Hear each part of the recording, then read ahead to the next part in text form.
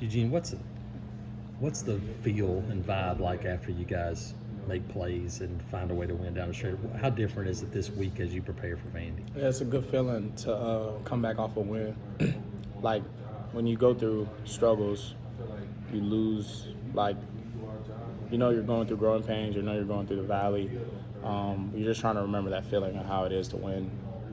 And we got that feeling back, and I know it brought joy to a lot of people. It brought joy to Coach Freeze, the staff, administration. But just to gain momentum and confidence from it, I think we've gained the momentum and confidence we need. And it starts today, just continuing and carrying that momentum into a Tuesday practice, which is our most physical practice. So. What's the difference? Is it just a matter of making a couple of key plays here or there? Is it just that simple? Yeah, it was just locking in those moments, executing, and defense was on the field, I believe, with a 14-point lead, understanding that we have to go execute and go seal this game. They broke a kind of a longer run, and then we're in scoring territory, but just remaining calm within the situation and saying that we're going to stop them here and basically put it on us. And I know coaches were excited about that, and I'm just excited to see the growth within the defense, being able to get that stop. How does it feel to be out there with they're at the 2-yard line and you got 6 freshmen out there with you? Yeah, I've actually never experienced that, being out there with that many freshmen, but it just shows how much trust these coaches have in our freshmen. They're talented young guys. They work hard. They carry themselves like pros. So being out there with freshmen, it really doesn't even comprehend. My brain doesn't even really comprehend it, because it's just they're dudes, So it's like just being out there with guys that carry themselves the right way, and to me, are experienced guys. First, stop them from being able to just hand it off there right now. And then they tried that shuffle pass, which would probably work a lot of times in that situation. Yeah. Were y'all just ready for that, or did you just react to it? Yeah. It was just understanding their tendencies, understanding what they like to do in the red zone, understanding that they got a big long gain on a run first, and they were probably going to go back to a run, and then when they eventually went to the shovel pass, that's a typical play on the goal line you see. So I'm proud of how the guys handled it. I'm proud that everybody did their assignment in that moment, and were able to get a key stop in the goal line. Speaking of freshmen, how much did DeMarcus y'all in that linebacker room, just with his skill set and what he can do? Yeah, he's talented. He's super talented. And I always say this: I always compare myself to the young guys that are here now, and I'm like, man, I wasn't as talented as him coming in. Like the things that he can do, just running, hitting, and flying around. I'm just like, man, it took me some time to get to where I'm at, but he's a guy that has it right now. So just understanding the mental component of football, understanding situations, understanding just reading tendencies on the field and being able to diagnose plays, just getting him up to speed in that sense, and then allowing the athletic ability to come through the sky's the limit for DeMarcus. Spying a quarterback's one of the toughest things y'all have to do. Yeah. Just how rare is it for a freshman to just have that role and Yeah. the coaches trust him to do Yeah, I plays? always joke with him. I say he's the perfect QB spy. He's the best QB spy in the country.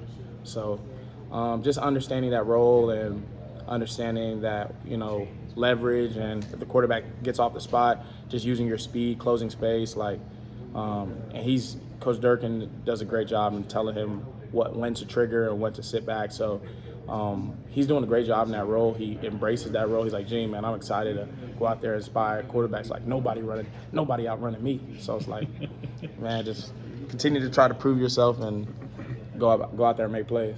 How valuable is that going to be this week, facing the guy that you guys have seen before? Yeah, it's going to be very valuable. Understanding how much Diego brings to the offense. Certainly somebody that we've seen before, super dynamic, great quarterback. The things that he's able to do this season as a competitor, you can truly admire, and be able to go against elite competition like him. So it's going to be big in any situation if anybody's spying him or being able to close the space fast, because he's an elite runner. Freeze said he doesn't really go back and watch things from last year. Is it that simple for you, or do you guys have to? Are you still think about that? Yeah, I certainly do. You're a competitor, so I'm a competitor. So I go back and watch stuff that happened last year and learn from my mistakes and where I've grown individually, and then as a defense schematically. So just trying to put ourselves in best positions and understanding what their objective is. I believe the objective will be the same this year, and just go out there and execute the game plan. How similar is what they're doing at Vanderbilt to what they did last year in New Mexico? Is it pretty similar? Yeah, pretty similar. There's a lot of carryover and different things that they're doing. I think Diego does a good job in being able to get the ball to the playmakers and doing things well with his legs. He's a dynamic runner, and got a great running back in number 28 who's a downhill runner and just wants to get those hard yards, 35. So it's like, as a linebacker, once again, I embrace the challenge, and quite frankly, it's just another test for me to go out there and show what I'm capable of and what this team is capable of. How much from the third series, when they started off in your territory, until the drive that ended with the goal line stand, they didn't cross the 50-yard line all in between there a single time. How much does that do just for your belief and your confidence that this defense can be really good? Yeah, first I think it's a testament to who we have at the head of it. Coach Durkin calls a great game. Every single time I'm out there, I know that he's going to put us in best situations to make plays, and he has ultimate belief in the players and the system. He has ultimate belief in just us going out there and executing the game plan. So, as a player, I can, gravitate to somebody that's going to put us in great positions, and he continues to do that. So, credit to him and how he has called the game. But also credit to our players and them putting themselves in positions to go make those plays and executing all throughout the week, understanding tendencies and being able to play fast style of football. So if anything is complex throughout the week, we always throw it out the game plan, and he wants to make it as simplistic as possible. You two guys talk about him being an energy guy, and for Saturday night he's running down the end zone, he's jumping up and down after Jay Crawford. I mean, what does that do for you guys as a defense to see him that excited? Yeah, it's just like, as a defense, you can go to war for a guy like that. Just have somebody that has your back through thick and thin, and just is going to celebrate when you're doing your job to the best of your ability. And we got young guys like Jay Crawford that made plays in those games. Caden Lee had the game sealing interception, so it's like just seeing how he reacted and just brings us confidence. We're like, man, let's go make a play for Dirk. So I certainly think about that when I'm on the field, and just want to go make a play, and I know he's going to put me in the position to go do it, so I have to go do it. We were talking to Blockton last week, and I said, who's the best trash talker up front? I said Asante, obviously. He goes, no, I don't know, man. He thought it was Dorian. You think of Dorian? What do you think about that? I think I got surpassed, man. Is he good? I think I've been surpassed, personally. Do you think Dorian's a good trash talker? Yeah, like I think I kind of took it a step back with the trash talk. Really? Yeah, just trying to analyze the game a little bit more, and I'm an extremely emotional guy on the field, so like I think sometimes when I get into the trash talk, it may affect me the next play, But Dorian's out there, he's talking trash. He does not care, man. He'll tell, man, you suck, man. Like, man, you can't play with us. You think you can run here? Like he says all types of like.